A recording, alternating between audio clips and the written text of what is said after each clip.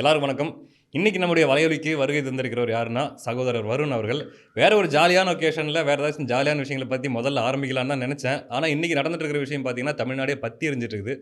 அதனால இதுக்கு முக்கியத்துவம் குடுத்து, இத பத்தி சில விஷயங்கள அவர்ட்ட கேட்கலாம் அப்படின்றதுக்காக இந்த காணொளி. முதல்ல அவர வரவேற்றலாம். வணக்கம். வணக்கம். உங்க சகோதரர் கூட 2 வாட்டி அமர்வுல உட்கார்ந்துருக்கேன். உங்க கூட முதல் முறையா வந்து அமர்றதுக்கான வாய்ப்பு கிடைச்சது. நெறைய தடவ பார்த்துருக்கோம். நெறைய தடவ பார்த்துருக்கோம். வந்து பேசியிருக்கோம். ஆனா, பேசியிருக்கோம். இப்பதான் முதல்ல வீடியோ பண்ண போறோம். கேமராக்கு பின்னாடி நெறைய இன்டர்வியூகள் நடந்திருக்கு. இதான் முதல் முறையா கேமராக்கு முன்னாடி. சரிங்க ப்ரோ. இப்ப இந்த நடந்துட்டு இருக்கிற விஷயத்த பத்தி நீங்க கேள்விப்பட்டிருப்பீங்க. ம், ம். ரீசென்ட்டா வந்த தகவல் ஏதாச்சும் கேள்விப்பட்டீங்களா? இப்ப நான் கடைசியா எனக்கு தெரிஞ்சுக்கிட்ட தகவல் என்னன்னா, ஞானசேகரன் அப்படிங்கிற நபர் வந்து என்னைக்கு இந்த குற்றத்த நிகழ்த்தினாரோ, அன்னைக்கு நைட்டே சந்தேகத்தின் பேர்ல வந்து பார்த்தீங்கன்னா, இவர் ஏற்கனவே ஒரு சரித்திர பதிவேடு குற்றவாளி. இவர் புதிதா என்ன பண்ணுவாருன்னா, வீட்டுக்குள்ள கொள்ளடிக்கிற போது உள்ள புந்துறது. அங்க பெண்கள்லாம் இருந்தா அவங்க கிட்ட வந்து ஆபாசமா நடந்துக்கிட்டு கொள்ளையும் அடிச்சுட்டு போயிறது. இந்த பேட்டர்ன வந்து பார்த்துருக்காங்க. யார் பண்ணுவா, எந்த இடத்துல பண்றான்னு சொல்லிட்டு பார்த்தப்போ, சந்தேகத்தின் பேர்ல இந்த ஞானசேகரன் அப்படிங்கிறவர அந்த முதல் நாள் இரவே புடிச்சுட்டாங்க காவல்துறை. ம். இவரு போயி அதுக்கப்புறம் அவங்க ஒரு லேடி இன்ஸ்பெக்டர் தான் போல. அவங்க இவர கூப்பிட்டு விசாரிச்சிருக்காங்க. இவன் போயிட்டு நான் பண்ணல. அப்படின்னு இவன் ஃபோனெல்லாம் வந்து காட்டி பாருங்க என்கிட்டலாம் அது மாதிரிலாம் எதுவுமே இல்லன்னு எல்லாத்தையும் டெலீட் பண்ணிட்டு அதுக்கப்புறம் போயிருக்கான் அவன். அன்னைக்கு நைட்டே பிடிச்சவன வெறும் எழுதி வாங்கிட்டு விட்டுட்டு இருக்கான். முடியாது. என்னோட சந்தேகம் என்னன்னா, இந்த சிசிடிவி கேமராங்கிறது வேற ஒரு விஷயம். ம். இந்த நபர் வந்து முதலே பிடிக்கப்பட்டுட்டாரு.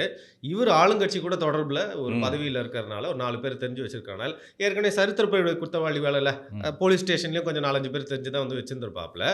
இவர் வந்து தப்பிக்க விடப்பட்டுட்டாரோ முதல் வாட்டி கண்டுபிடிச்சவே. இவ்வளோ பெருசா இந்த விஷயம் ஆகும்னு சொல்லிட்டு அவங்க நினைச்சு பார்க்கல போல. அப்படியே மூடி அமர்த்திடலாம்னு நினைச்சிருக்காங்க. முதல் வாட்டியே இவர் அன்னைக்கு நைட்டு கைது பண்ணப்பட்டப்பவே வந்து இவர் இன்ஃப்ளூயன்ஸ் யூஸ் பண்ணி வெளில வந்திருக்காருன்ற சந்தேகம் தான் என்னுடையது.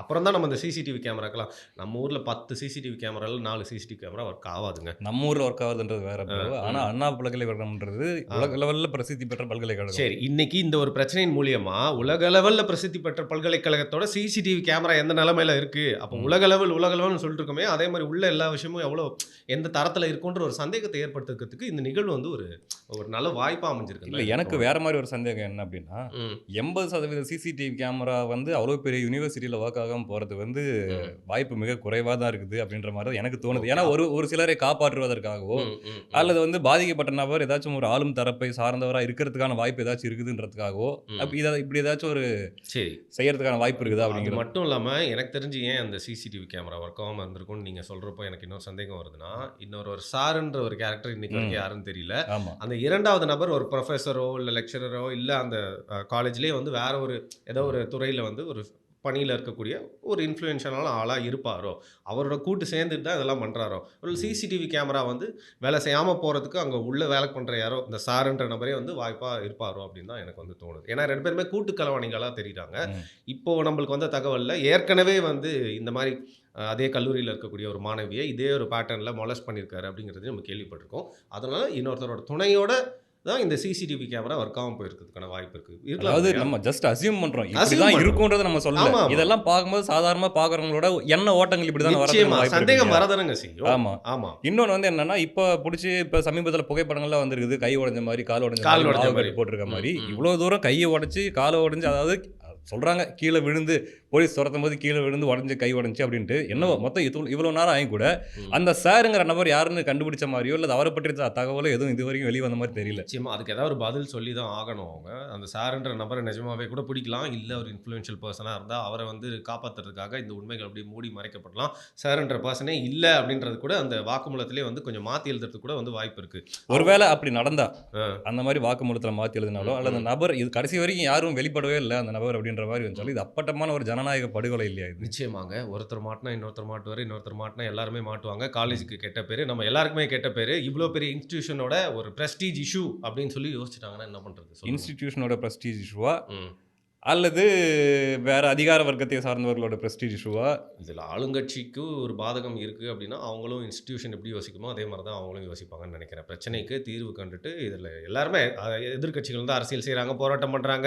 அண்ணாமலையெல்லாம் கூட நான் இனிமேல் செருப்பு போட இந்த விஷயத்துக்கு இல்லை, ஆட்சி மாறுற வரைக்கும் செருப்பு போட மாட்டேன்னு ஒரு முக்கியமான ஒரு தியாகத்தை வேறு பண்ணியிருக்காரு. இன்னும் 4 நாள் சாட்டையில் அடிச்சுக்கிறன்ற மாதிரி போராட்டம் பண்ணுறாங்க. அது அடுத்த கட்டம். இப்போ நம்ம திரும்பி பார்க்குறோம்ல, அதை பற்றி பேசுகிறோம்ல. ஸோ இந்த மாதிரி எல்லாருமே அரசியல் பண்ணிட்டே இருந்தாலும் இந்த அரசாங்கம் ரொம்ப சின்சியராக வந்து அந்த பொண்ணுக்கு வந்து வந்து நியாயம் கிடைக்கிறதுக்காக இந்த விசாரணையை சம்பந்தப்பட்டவர்கள் அனைவரும் குற்றவாளிகளாக இருந்த ஒருத்தர் மட்டும் இல்லாமல் வேற யாராவது ஈடுபட்டிருந்தா அவரையும் கண்டுபிடிச்சி எக்ஸ்போஸ் பண்ணணும் கண்டிப்பாக. அப்போ தான் இது வந்து இது முழுமை பெறும் அப்படின்னு எடுத்துக்கலாம். இது எவ்வளோ ஒரு சீரியஸான இஷ்யூ இது.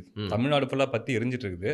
ஆனால் நேற்றுலேருந்து பார்த்தீங்கன்னா விவாதங்கள் டிவியில் மெயின் ஸ்ட்ரீம் மீடியாவில் வர விவாதங்கள் பார்த்தீங்கன்னா ரெட்டை இலை யாருக்கு, ரெட்டை இலை வந்து அதிமுக தக்க வச்சுக்குமா அப்படிங்கிற மாதிரி விவாதங்கள் போயிட்டு இருக்குதே தவிர இது இந்த விஷயம் நடந்து 3 நாள் ஆகுது. 23ஆம் தேதி தான் இந்த செய்தி வெளியே வருது. மெயின் ஸ்ட்ரீம் மீடியா அதை பற்றி எதுவும் பேசலை அப்படின்னா அதுக்கு என்ன காரணமாக இருக்க முடியும்? கண்டிப்பாக வந்து ப்ரெஷர் தான். மெயின் ஸ்ட்ரீம் மீடியாலாம் எப்பயோ விலை போயிட்டாங்க அப்படிங்கிறத எல்லா இடத்துலையுமே நம்ம பேசி தான் வரோம். பேசி சலிச்சு இந்த ஆட்சி வந்து அதாவது எலெக்ஷன் வர்ற வரைக்கும் இவங்க இப்படி தானே இருப்பாங்க, இவங்ககிட்ட போய் நியாயத்தை எதிர்பார்க்கலாமான்ற லெவலுக்கே மைண்ட் வந்து போயிடுச்சு. அதாவது ஒரு தலைப்பட்சம் ஒன் டைமென்ஷனில் தான் நியூஸ் வந்து நம்மளுக்கு சேருது. இதில் விவாத பொருளாக வந்து ரெட்டையில் வந்து அதிமுகவுக்கு சொந்தமாக கைவிட்டு போயிருமான்றது விவாதிக்க கூடாதுன்னு நான் சொல்ல. ஆனால் ஒரே படத்தை எத்தனை நாள்ப்பா ஓட்டுவீங்க? அதுக்கான நேரம் ஆகுது. முதல்ல இப்படி ஒரு பிரச்சனை பத்திட்டு நான் என்ன கேட்குறேன், ஜபா வந்து இன்னைக்கு இந்த காணொலியை பற்றி பேசணும்னு நினைக்கிறாரு. 3 மாசத்துக்கு முன்னாடி நடந்தது, 4 வருஷத்துக்கு முன்னாடி நடந்ததா இன்னைக்கு எடுத்து பேசுவார் ஒரு தலைப்பா. இன்னைக்கு இந்த பிரச்சனை போயிட்டு இருக்கு, இதன் மூலியமா மக்களுக்கு நிறைய விஷயங்கள் கொண்டு போய் சேர்க்கணும் அப்படிங்கிறனால தான் இந்த காணொலியை வந்து நம்ம பேசிட்டு இருக்கோம். இந்த தலைப்பா நம்ம சூஸ் பண்ணியிருக்கோம். நம்மளுக்கே இவ்வளோ அறிவு இருக்குன்னா ஒன்றும் இல்லை. எஸ்டாப்ளிஷ்டு மீடியம் அவங்க என்னங்க எத்தனை வாட்டிங்க ஒரே டாபிக் எடுத்து பேசிட்டு இருப்பாங்க இரலவெண்டா? நம்ம சாதாரண ஒரு யூடியூப் சேனலுங்க, நம்ம ஒரு மிகப்பெரிய ஒரு மெயின் ஸ்ட்ரீம் மீடியாவோ இன்ஃப்ளூயன்ஷியல் பர்சனே கிடையாது. ஆனாலுமே கூட இன்னைக்கு மதியானம் நான் ஒரு வீடியோ ஆல்ரெடி பண்ணி வச்சுட்டேன் வேற ஒரு தலைப்புல. சரி, ஆனா அது வெளியிடறதுக்கான நேரம் இது இல்ல. இதுதான் ரொம்ப முக்கியமான விஷயம். இதை பத்தி மக்கள்கிட்ட கொண்டு போய் சேர்க்கணுன்ற அந்த ஒரு பொறுப்பு, குறைந்தபட்ச கடமை உணர்ச்சி நமக்கு இருக்கு. நான் சொல்லிட்டா காமன் சென்ஸ் இருக்கு உங்களுக்கு அப்படின்னு எடுத்துக்கலாம். இருக்கு உங்களுக்கு, அதனால பண்றீங்க. மாத்தி நான் அந்த வீடியோ தான் எடுத்து வச்சுட்டேன், இதான் போடுவேன் நீங்க வந்து நட்டுக்கிட்டு நின்னா அது வந்து ஒரு காமன் சென்ஸ் இல்லாதவங்க தான் அப்படி செய்வாங்க. ரெண்டாவது, உங்களுக்கு இதை பண்ணணும் அப்படிங்கிறதுனால நீங்கள் ஏற்கனவே பண்ணி வச்ச வேலையை தள்ளி வச்சுட்டு இந்த காணொலியில் பேசிட்டு இருக்கீங்க. நம்ம இதை வந்து பதிகிறோம், வெளியிட போகிறோம். ஆனால் எஸ்டாப்ளிஷ்டான மெயின் ஸ்ட்ரீம் மீடியம் இந்த விஷயத்தை பற்றி பேசலைன்னா நம்மளை கேள்வி கேட்பாங்கன்னு தெரியும். அது மட்டும் இல்லாமல் அப்பட்டமாக வந்து ஒரு இனப்படுகொலை நடந்துட்டு இருக்கும்போது சமையல் நிகழ்ச்சி ஒளிபரப்பிருந்தாங்க. அதே மாதிரி ஒரு பிரச்சனை போயிட்டுருப்போ சம்மந்தமே வேற ஒரு பிரச்சனையை எடுத்து விவாதிக்கிறோமேன்னு கொஞ்சம் கூட வந்து வெக்கம் இருந்திருந்தா அதை வந்து கொஞ்சமாவது மாற்றி இதை பற்றி மேலோட்டமாவது திமுக முட்டு கொடுத்தா பேசியிருப்பாங்க. இந்த டிஸ்கஷனே வரவே கூடாதுன்னு தள்ளி வைக்கிறது ரொம்ப அப்பட்டமான, அசிங்கமான, கேவலமான வேலை. ஊடக அறம் இது கிடையாது. ஆனா ஊடக அறத்தை கூட ஒரு பக்கம் விட்டுருங்க. இப்ப நம்ம இப்படி இந்த நேரத்துல நம்ம இந்த மாதிரி தேவையில்லாத ஒரு விவாதம் நம்ம நடத்திட்டு இருக்கிறோமே, நாளைக்கு கண்டிப்பா இது ஒரு பெரிய பிரச்சனையை வெடிக்க போகுது. அன்னைக்கு இது வெளியே வரத்தான் போகுது. அப்ப மக்கள் நம்மளை கேள்வி கேட்க தான் போறாங்க. அப்ப நம்ம மாட்டும் போது இதை விட 2 மடங்கு 3 மடங்கு அதிகமாக அசிங்கப்படுவோமேன்ற அடிப்படை அறிவு கூட இருக்காது உங்களுக்கு. நிச்சயமாங்க. டிவிலாம் அவங்களுக்கு டிஆர்பி வந்தால் தானேங்க லாபம். டிஆர்பி இருந்தால் தான் வந்து ஆடு போட முடியும், அவங்களோட சேனல் நல்லா போயிட்டு இருக்கு அப்படிங்கிற அர்த்தப்படும். ஆனால் அந்த டிஆர்பியே அவங்க தியாகம் பண்ணி அரசாங்கத்துக்கு இந்த அளவுக்கு அடிபணிஞ்சு போயிட்டாங்கன்னா அப்போ வந்த பேமெண்ட் அப்படியா இல்லை விடுக்கப்பட்ட மிரட்டல் அப்படியா அப்படிங்கிற கேள்வி தான் எழுதுது. சரி, இது ஒரு பக்கம் இருக்குது. இப்போ ரொம்ப முக்கியமான கேள்வி என்னன்னா, இந்த மாதிரி பல சம்பவங்கள் தமிழ்நாட்டில் நடந்திருக்குது. இதுக்கு முன்னாடி இது முதல் தடவை கிடையாது. இந்த மாதிரி பெண்கள் வந்து வன்கொடுமைக்குள்ள ஆளாக்குற சம்பவங்கள் நிறைய நடந்திருக்குது. இந்த சம்பவம் ரொம்ப ரொம்ப கொடூரமாக இருக்குது. எல்லாத்தையும் கம்பேர் பண்ணும்போது இதுவும் அதில் ஒன்றா தான் இருக்குது. அப்படின் போது இது வரைக்குமே இந்த மாதிரி தமிழ்நாட்டில் நடந்த சம்பவங்களுக்கு இப்படிப்பட்ட ஒரு நபர் இந்த சம்பவத்தை நடத்தியிருக்கிறாரு, அதனால் பொதுமக்கள் முன்னிலையிலோ அல்லது வந்து ஒரு மிகப்பெரிய தண்டனை இவருக்கு வழங்கப்பட்டிருக்குது, இதை வந்து உதாரணமாக எடுத்துக்கிட்டு அல்லது இதை பார்த்து பயந்தாவது இந்த சமூகத்தில் இருக்கிற இளைஞர்கள் இந்த மாதிரி தப்பு செய்யறதுக்கு பயப்படணுங்கிற அளவுக்கு ஒரு கொடும் தண்டனை இது வரைக்கும் வழங்கப்பட்டிருக்குதா? எனக்கு கேட்டால் ஒரு இடத்துல நடந்திருக்கு. அதை நியாயப்படுத்த முடியுமான்னு தெரியல. தமிழ்நாட்டில் நான் சொல்கிறேன். அது வந்து இந்த ஆட்சியாளர்கள் பண்ணாங்க அப்படின்னு சொல்கிறதோட, அதாவது அவங்க குடும்பத்து நபர்களோ அல்லது அவங்க வீட்டில் சார்ந்தவங்களோ அவங்கள நண்பர்கள் அவங்க இல்லை அதிகார இல்லை இப்போ ஒரு பொண்ணு வந்து பார்த்தீங்கன்னா பேர் குறிப்பிட விரும்பல, ஒரு சின்ன பொண்ணு ஒரு பையன், அவங்க 2 பேருமே கூப்பிட்டு போயிட்டு இந்த கோவை பக்கம் எங்கேயோ நடந்துச்சுன்னு நினைக்கிறேன். வீட்டு பக்கத்தில் இருக்க ஆள் வந்து அவங்கள கூட்டிகிட்டு போயிட்டு 2 பேருமே பாலியல் வன்புணர்வு பண்ணி அந்த அக்கா தம்பி 2 பேருமே கொண்டுட்டான். சிறுவர்கள் 2 பேரும். ஓகேவா? அவங்க உடம்பு ஃபுல்லாக, அந்த பொண்ணோட உடம்பு ஃபுல்லாக சின்ன பொண்ணை கடிச்சு ரொம்ப கொடூரமான ஒரு மிருகமாக இருந்துட்டு அவன் கொண்டுட்டான். வாயில் துணியை வச்சு கழுத்தை நெரிச்சு கொண்டுட்டான். அவனுக்கு வந்து ஒரு வாரத்திலே தண்டனை நிகழ்த்தப்பட்டது. அவன் தப்பி ஓடனான். அவன் கால் வலிக்கு கீழே விழும்போது காவலர்கள் அவன் தாக்க வந்தப்போ தற்காப்புக்காக காவலர்கள் வந்து நீதியை கொடுத்துட்டாங்க அவனுக்கு. ஆமாம் நடந்திருக்கு. ஆனால் தெரியல இன்னைக்கு வந்து பார்த்தீங்கன்னா அவன் கால் உடஞ்சிருக்கு அப்படிங்கிறத நான் நியாயப்படுத்தலை, இல்லை அதுதான் சரியான தண்டனைன்னு நான் சொல்ல வரல. நீங்கள் சொல்கிற மாதிரி இனிமேல் யாராவது இப்படி ஒரு தண்டனை கிடச்சிருக்கு, நம்மளும் இதெல்லாம் வந்து செய்யக்கூடாதுன்னு 5.5 லெவலுக்கு தண்டனை அப்படிங்கிறது அங்கொன்றும் இங்கொன்றுமா வந்து விரல் விட்டு எண்ணக்கூடிய லெவலில் தான் நடந்திருக்கு. இப்போ இது கால் உடஞ்சிருக்கு, இதை வச்சு இவங்க என்ன சொல்ல வர்றாங்க, கொஞ்சம் கூலாகுங்க, ரொம்ப கொந்தளிக்காது. அதுதானே சைக்காலஜிக்கலி அதுதானுங்க. இதை பார்த்து ஓகே அப்படின்னு அட்லீஸ்ட் ஒரு பாதி அந்த இது குறையணுன்றதுக்காக வேண்டி இது போட்ட தெரியுது. அந்த கோபம் தனியணும், மக்களோட கோபம் தனியணுன்றதுக்காக போட்ட மாதிரி தெரியுது.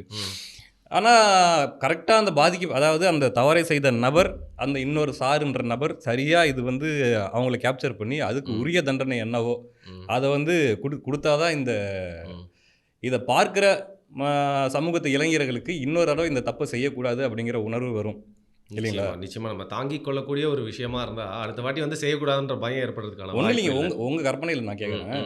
உங்களுடைய சரி உங்களன்னு வேணாம், பொதுவாக ஒரு ஆண் பரவாயில்ல என்ன எடுத்துக்கோங்க, ஒன்றும் பிரச்சனை இல்லை. பொதுவாக இதை ஒரு ஆண் வந்து ஒரு இளைஞர் அவருடைய கண் முன்னாடி அல்லது அவங்களுக்கும் அவங்களோட காதலிக்கும் இடையில ஏதாவது இருக்கும், சம்திங் இருக்கும். பட் அதை வந்து ஒரு எடுத்து வச்சுக்கிட்டு அவங்க முன்னாடி வந்து இந்த மாதிரி அந்த பெண்ணுக்கு நடக்கிறதுன்றது அவனை சைக்கலாஜிக்கலாக எந்த அளவுக்கு பாதிக்கும்? அந்த பொண்ணுக்கும் பாதிப்பு, அந்த பையனுக்கும் பாதிப்பு, ரெண்டு பேருக்குமே அந்த நினச்சி கூட பார்க்க முடியல. இப்போ நீங்களே என்ன ஒரு எக்ஸாம்பிள் கூட இதை எடுக்கிறதுக்கு யோசிக்கிறீங்க.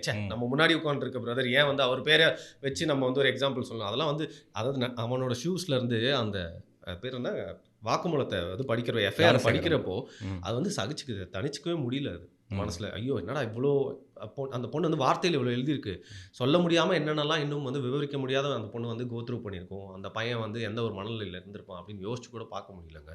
இன்னொன்று இவன் இதே மாதிரி ஒரு ஒதுக்குப்புறமான இடத்துல காலேஜில் உட்காந்துட்டு பல பேர் வீடியோ எடுத்துட்டு மாதிரி பண்ணியிருப்பான் தான் தோணுது. இது ஒரு டெக்னிக்காகவே பண்ணி மறுபடியும் இப்போ ஒரு செய்தி வந்திருக்கு சமீபத்தில், மறுபடியும் இன்னொரு பெண் இதே போல பாதிக்கப்பட்டிருப்பதும் இதே போல வீடியோ எடுத்து வச்சு இவனே அதே நபர் பாருங்க அதே நபர் பண்ணிட்டு இருந்ததாகவும் தெரியுது. அப்போ இது நடந்தது ஒரு பொண்ணுக்கு நடந்ததில்லை, தொடர்ச்சியாக இதே பொழப்பாக தான் அவன் சுற்றிட்டு இருந்துருக்கான். நிச்சயமாங்க. இப்போ ஒரு பெரிய காலேஜ் இது, நம்ம சொல்கிற மாதிரி ஏதாவது ஊருக்கு ஒதுக்குப்புறமா வந்து செவரு கூட இல்லாத காலேஜ் இல்லை.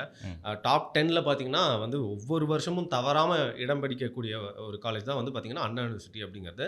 அந்த யூனிவர்சிட்டியில் வந்து கண்டவனும் வந்து போய் இந்த மாதிரி பல பேரை வந்து வீடியோ எடுத்து பாலியல் வன்புணர்ச்சி செய்கிற அளவுக்கு அந்த காலேஜோட நிலைமை இருக்கா அப்படிங்கிறது தான் வந்து பார்த்தீங்கன்னா ஏற்றுக்கவே முடியல. அது எந்த ஆட்சியாக இருந்திருந்தாலும் சரி, இவ்வளோ நேரம் ஆட்சியை நம்ம குறை கூறணும், விமர்சனம் பண்ணோம். பட் ஒரு இன்ஸ்டிடியூஷன் நம்பர் 1 நாங்கள் அப்படின்னு சொல்கிற அளவுக்கு இருக்கக்கூடிய இன்ஸ்டிடியூஷன் அவங்களோட கேம்பஸே வந்து ஒரு பாதுகாப்பு இல்லாத ஒரு நிலையில் தான் வச்சுருக்காங்கன்னு நினச்சா தான் கஷ்டமாக இருக்குது. பாதுகாப்பு இல்லாத நிலையில் வச்சுருக்காங்களா அல்லது வந்து ஒரு யாரையாவது காப்பாற்றுறதுக்காக வேண்டி இது வேலை செய்யலை அது வேலை செய்கிறேன்ட்டு சாக்கு போக்கு சொல்கிறாங்களான்ற சந்தேகம் வருது. ஏன்னா இது சாதாரண ஏதோ ஒரு அடையாளம் தெரியாத அல்லது அந்தளவுக்கு ஃபேமஸாக இல்லாத ஒரு காலேஜில் சிசிடிவி ஒர்க் பண்ணலப்பா அப்படின்னு சொன்னால் அசால்ட்டாக கடந்து போக முடியல. கண்டிப்பாக சந்தேகம். ப்ரொஃபஸர் ஞாபகம் இருக்கா ஜப்பா பிரதர்? அவங்க வந்து அந்த காலேஜில் இருக்க பெண்களே வந்து பெரிய பெரிய நபர்களுக்கெல்லாம் வந்து போயிட்டு அவங்க கூட கொஞ்சம் ஒத்துழைச்சி வாழ்க்கையில் நல்லா செட்டில் ஆகலான்னு சொல்லிட்டு ஒரு 4 வருஷத்துக்கு முன்னாடி ஒரு டீச்சர் ஒருத்தங்க மாட்டினாங்க. அதுக்கப்புறம் பெரிய பெரிய தலைங்களோட பேர்லாம் அடிபட்டுச்சு அந்த பிரச்சனையில். கடைசி வரைக்கும் அந்த டீச்சர் இன்னும் 2 பேர் மட்டும்தான் வந்து கைது செய்யப்பட்டாங்க, நடவடிக்கை எடுக்கப்பட்டுச்சு. அந்த பெரிய தலைங்களோட பேர் வந்து வெளியே வராமல் அந்த கேஸை வேறு மாதிரி முடிச்சிட்டாங்க. ஸோ ஏற்கனவே இந்த மாதிரி பேட்டர்ன்ஸ் பார்த்துருக்கோம். இதுலேயும் அந்த மாதிரி நடக்கிறதுக்கு வாய்ப்பு இருக்குது. ஏன்னா இன்னும் ஒரு வாரத்துக்கு அப்புறம் வேறு ஏதாவது ஒரு பெரிய பிரச்சனை நடந்துச்சுன்னு வச்சுக்கோங்க, நம்மளே அதை பற்றி தான் உட்காந்து ஒரு காணொலி பண்ணிருப்பேன் தவிர்த்து இதை பற்றி நம்மளோட கவனம் இருக்காது. அதை ஆளும் அரசாங்கம் யூஸ் பண்ணி யாரையா காப்பாற்றிடுவாங்க அப்படிங்கிறதும் ஒரு வாய்ப்பு இருக்குது. அப்போ இந்த மாதிரி நடக்கும்போது எனக்கு வந்து ஆளுங்கட்சியோட சப்போர்ட் இருக்குது, எனக்கு ஒரு அரசியல் பின்புலம் இருக்குது, அப்போ நான் என்ன வேலை செஞ்சுட்டு ஈஸியாக தப்பிச்சிட முடியுன்ற மனநிலை. மாட்டிக்காம செய்டா, நீ ஆளுங்கட்சியோட துணை இருந்தாலும் மாட்டிக்காம செஞ்சீங்கன்னா எங்களுக்கு கொஞ்சம் ஈஸியாக இருக்கும் உன்னை காப்பாற்றுறதுக்கு. நாளைக்கு ஏதாவது பிரச்சனைனா கூட நீ உடனே இப்படிலாம் மாட்டிக்கிட்டுனா நாங்கள் எப்படி காப்பாற்றுறது? முடிஞ்ச அளவுக்கு முட்டு கொடுப்போம், அதற்கு மேலே உன்னை காப்பாற்ற முடியாது, காலை உடச்சி அவங்கள கொஞ்சம் மனசை தணிக்க தான் வந்து செய்யணும் அப்படிங்கிறது ஆளுங்கட்சியோட பார்வையாக இருந்தால் ரொம்ப தவறான பார்வைன்னு சொல்லுவாங்க.